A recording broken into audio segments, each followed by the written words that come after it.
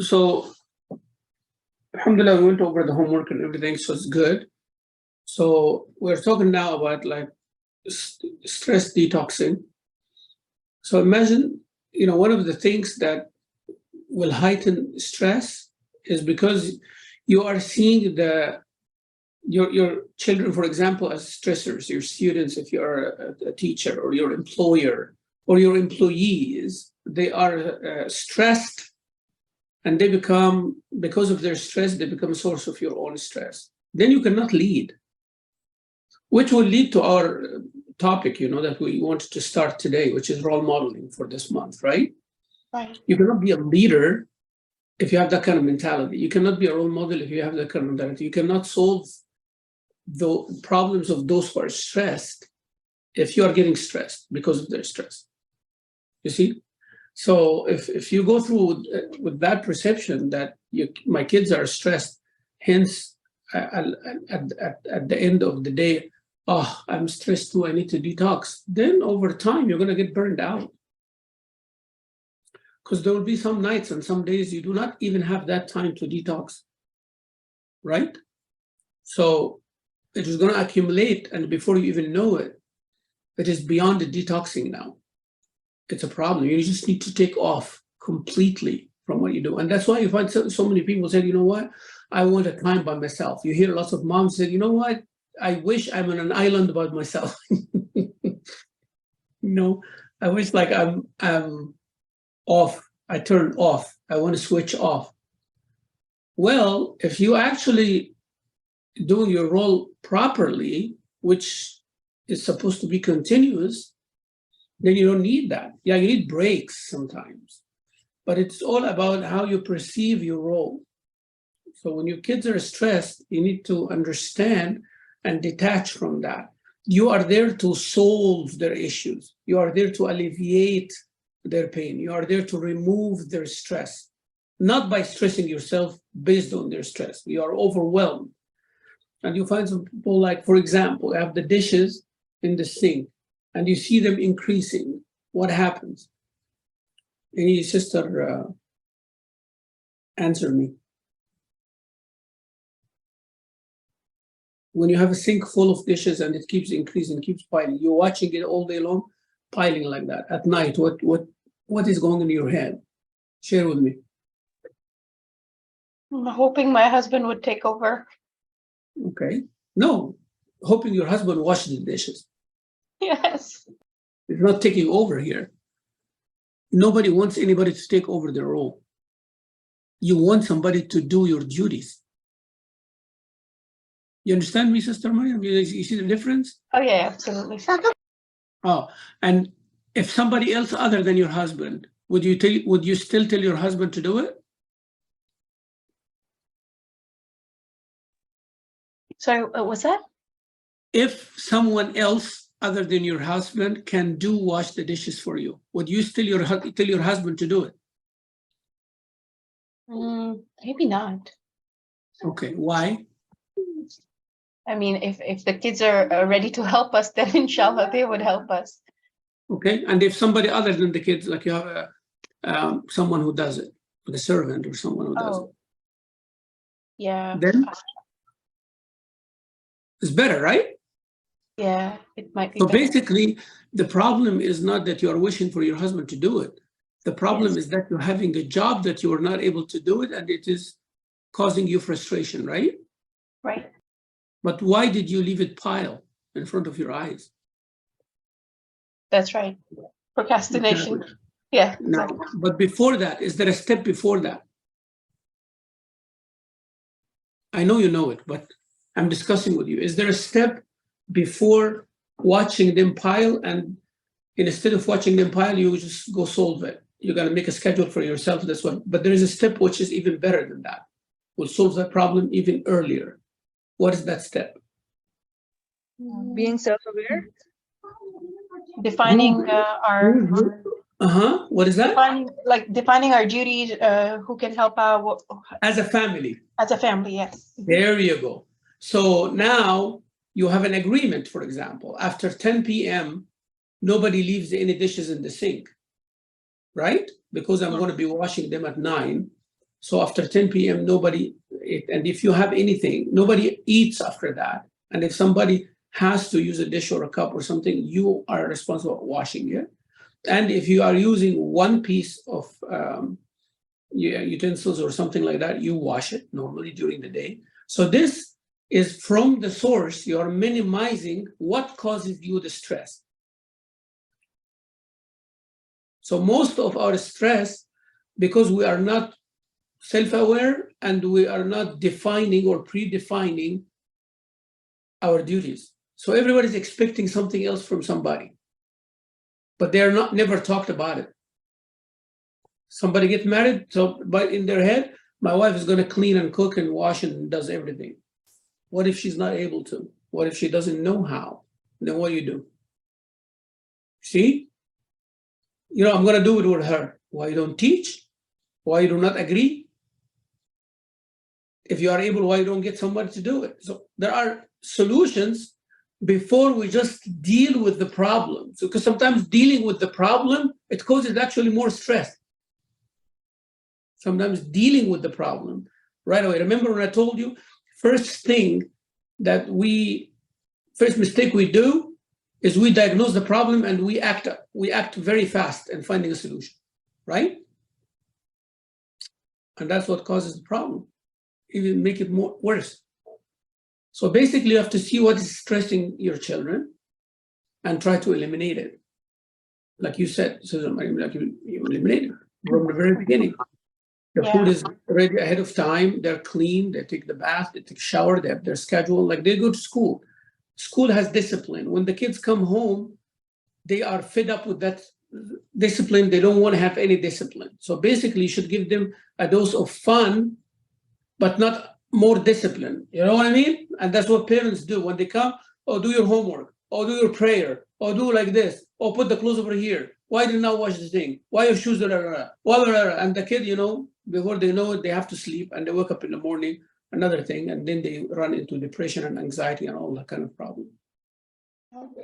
I think over time, I also realized that at some point in life, things started moving so quickly that instead of thinking things through, we start making quick solutions. So like, okay, we need to fix this right now. We'll take care of the rest later.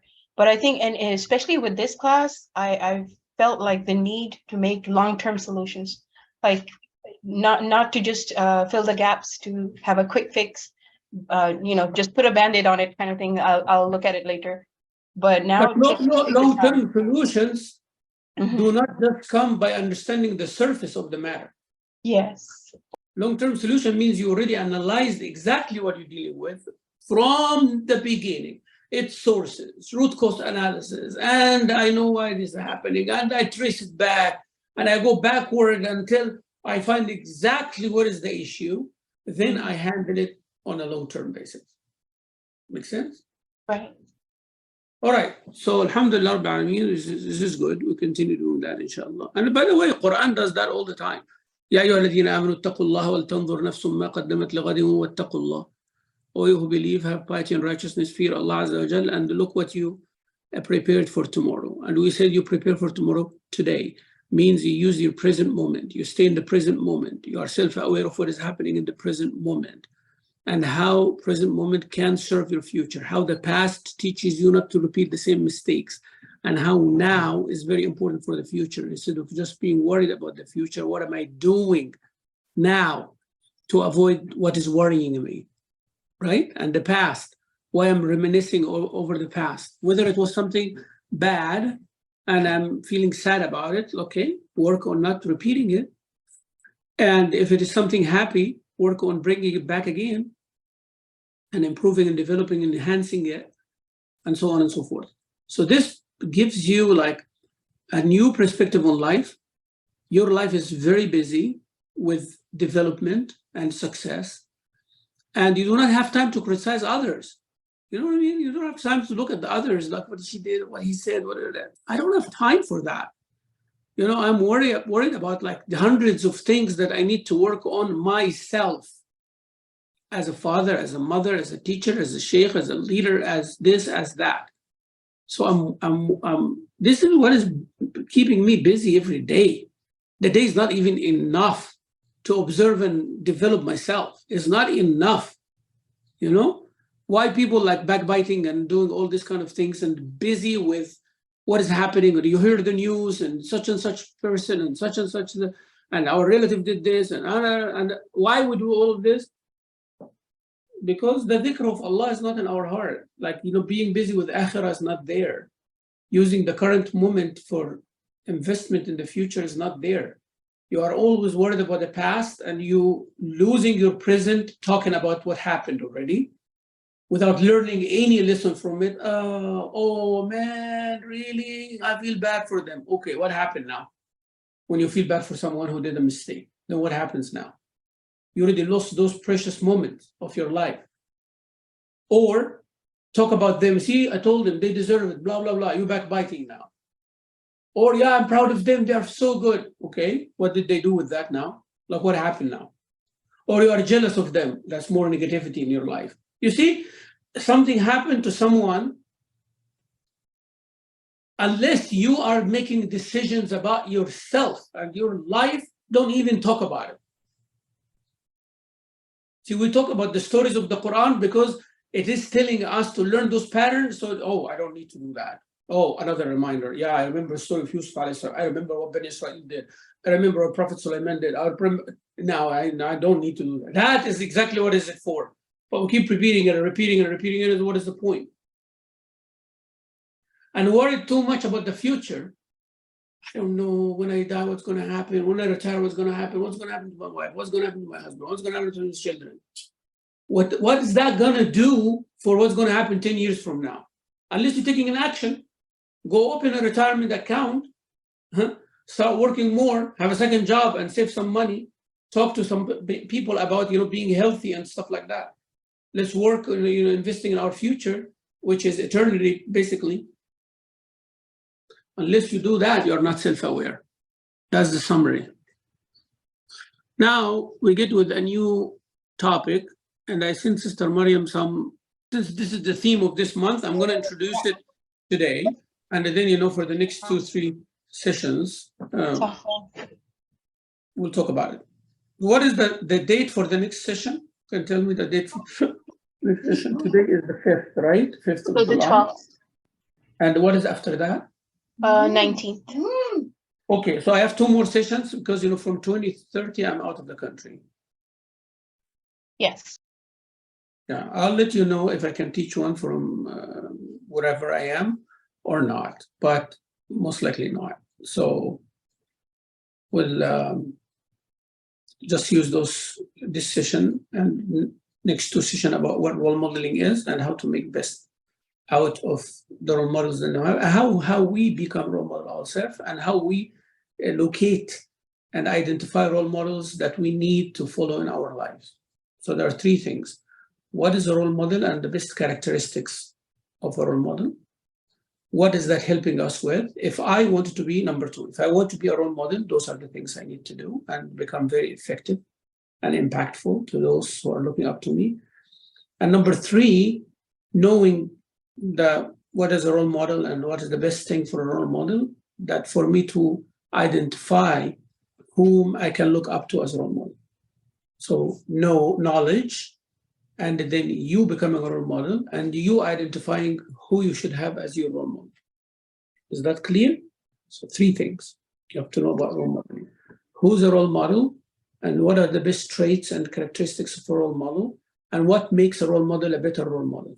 So those things, that's number 1. They have 3 aspects. Number 2, why you need that knowledge of identifying with a role model, what is the best thing that keep a role model and all of that. What is that knowledge benefit us?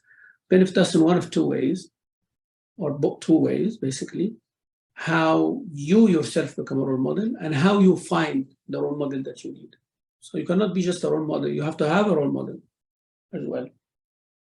So prophets of Allah, they are the role model. And Allah said that in the Quran, لَقَدْ كَانَ لَكُمْ فِي رَسُولِ اللَّهِ أُسْوَةٌ حَسَنَةٌ. So basically the Prophet is a role model. But Nobody else is a role model to the Prophet ﷺ. He doesn't look up to somebody, otherwise it becomes deficient, and Allah wants him to be perfect. Okay? All right, so now we have to talk about role modeling. Who's a role model? A role model is someone who has certain traits, or the specific traits and skills that people aspire or the people strive to achieve and enact. Again, the role model is someone who has specific skills or the specific traits that people strive and they aspire to achieve and enact. So it is someone who has something that we want to have like them. That becomes your role model.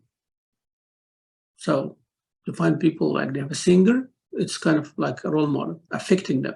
They dress like them, they talk like them, they act like them, they want to be like them or be with them, right? Our Prophet Muhammad ﷺ is our role model.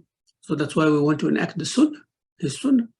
We want to see what he does and we do like him, right? He's our role model, and our role model, it changes when we're young, as we'll see in a minute, when we're young to when we're old. So that's the definition of role model, and we're going to go over that inshallah in the next session in a little bit more detail.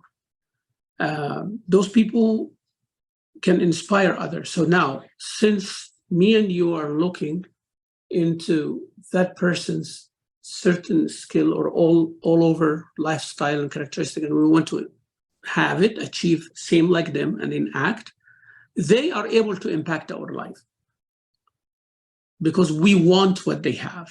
So now they can affect and impact our life and inspire us to perform better. So you want what I have? This is what you need to do, right? So if you know that I love Allah Azza wa Jal so much, and that's what I do for that.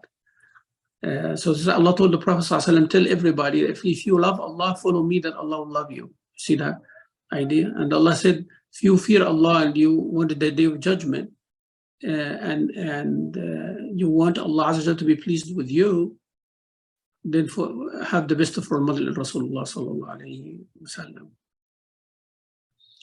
sallam. So once we understand the characteristics, the definition, the characteristic, and the importance of role model, it can help us identify who's our role model at home, or our role model in the neighborhood, who's our role model in community, who's our role model in this world, who is our role model in the universe, like that.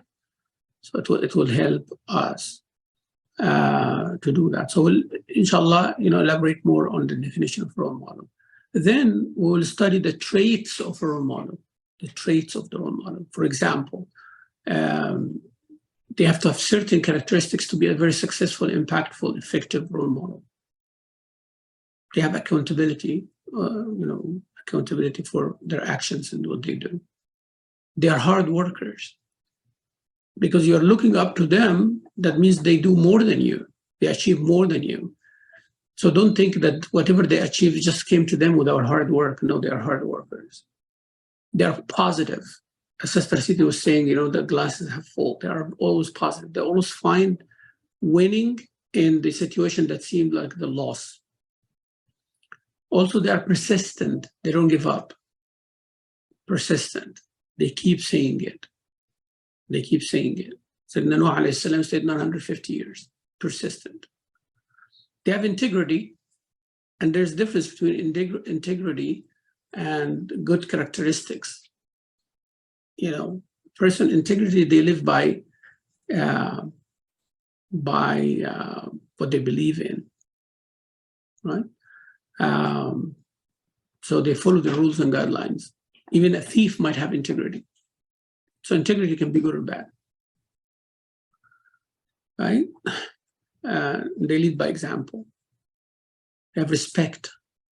They have to respect others, whether they're above them, equal to them, their peers, or they are their people who are under them, or their employees, or proteges or mentees or people whom they are coaching, they still have respect, the rule of respect.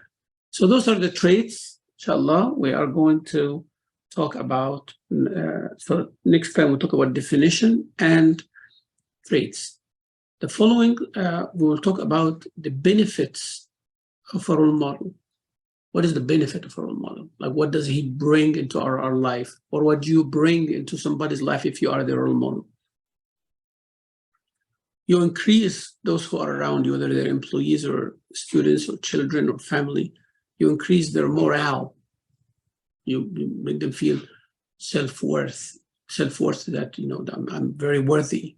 You know, self-worth is very high, and they love what they do. They love themselves. They love their role. They love everything around them. Also, they inspire healthy competition, especially if you are a teacher or a community leader or employer. Then you inspire people to have healthy competition, not to hate each other and not to make them stab each other in the back. No, healthy competition, you know.